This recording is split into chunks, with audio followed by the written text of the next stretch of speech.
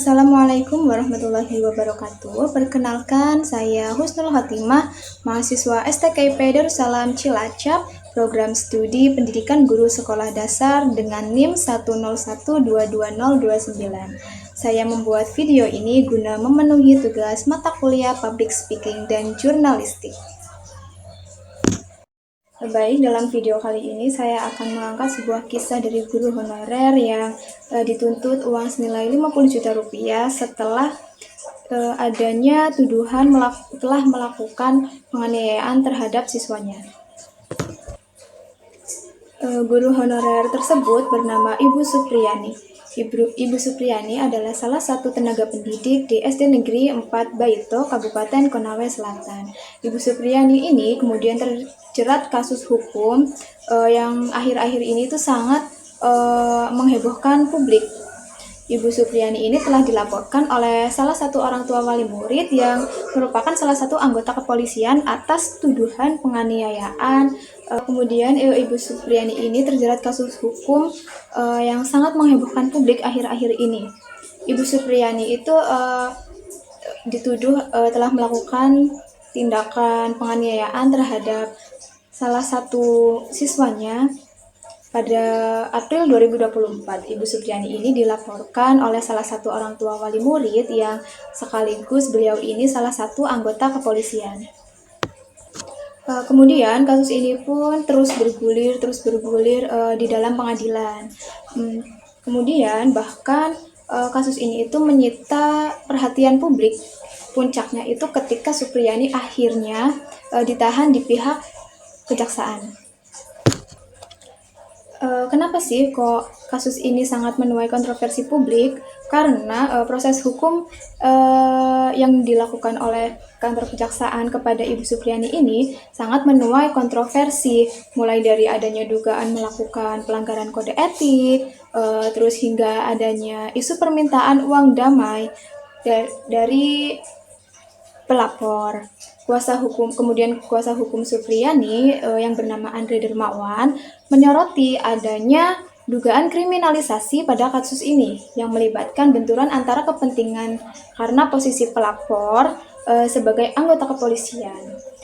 Terus bagaimana sih awal mula terjadinya kasus ini? Jadi awal dari kasus ini itu bermula pada tanggal 25 April 2024 ketika Aibda Wibowo Hashim, salah satu anggota kepolisian sekaligus orang tua dari wali murid siswa kelas 1 SD Negeri 4 Baito itu melaporkan Supriyani atas dugaan penganiayaan ke Polsek Baito. Berdasarkan dari keterangan Bapak Aibda Wibowo ini, laporan ini telah diajukan setelah ibu korban itu melihat adanya bekas luka memar di paha anaknya, tepatnya di paha belakang. Namun Ibu Supriyani itu membantah tuduhan tersebut. Karena apa? Karena Ibu Supriyani tidak merasa bahwa dirinya itu juga menegaskan bahwa ia tidak mengajar di kelas tersebut. Dan Ibu Supriyani juga tidak pernah berinteraksi secara langsung dengan siswa tersebut. Setelah berbulan-bulan sudah dilakukan dan dijalankannya tindakan hukum dan proses hukum, kasus Ibu Supriyani ini mencapai titik baru pada tanggal 16 Oktober 2024. Di mana pada tanggal 16 Oktober 2024 ini, Ibu Supriyani resmi ditahan oleh Kejaksaan Negeri Konawe Selatan. Kemudian Ibu Supriyani ini ditempatkan di Lapas Perempuan Kendari.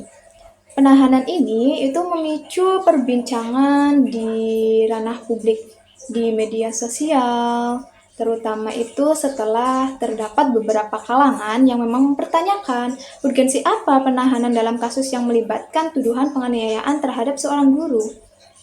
Pihak kepolisian kemudian menyatakan bahwa proses hukum yang sudah dilakukan, yang sudah berjalan, itu sudah dilakukan dengan prinsip keadilan. Namun dari pihak Supriyani dan ada beberapa pihak dan ada beberapa tokoh yang kemudian mengkritisi tindakan tersebut. Kemudian pada sidang yang digelar pada tanggal 28 Oktober 2024 di Pengadilan Negeri Andolo, tim kuasa hukum Supriyani itu mengajukan sebuah eksepsi dan menolak surat dakwaan yang telah dilayangkan oleh jaksa penuntut umum. Jaksa penuntut umum ini diwakili oleh Kepala Kejaksaan Negeri Konawe Selatan yang bernama Ujang Sutisna. Kemudian Bapak Ujang Sutisna ini menyatakan bahwa mereka menolak eksepsi dari kuasa hukum Supriyani karena dianggap tidak relevan dengan pokok perkara. Kemudian kuasa hukum Supriyani yang bernama Andre Dermawan menyebut bahwa prosedur hukum yang dijalankan itu mengandung beberapa pelanggaran etik. Karena apa? Karena sang pelapor dan penyidik itu berasal dari satu kantor yang sama, yaitu Polsek Baito. Kemudian Andre juga menambahkan bahwa adanya dugaan ini adalah dugaan permintaan uang damai, yaitu sebesar 50 juta rupiah dari pihak korban kepada Ibu Supriyani. Jadi sebuah praktik ini dianggap oleh Andre Darmawan ini sebagai melanggar prosedur hukum.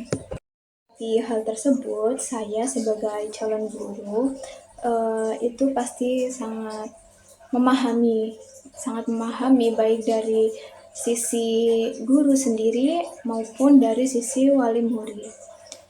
Kemudian sebaiknya apabila untuk wali murid sendiri itu adalah memiliki kesadaran bahwa setelah mendaftarkan anaknya ke sekolah itu juga berarti wali murid ini telah memasrahkan anaknya kepada pihak sekolah.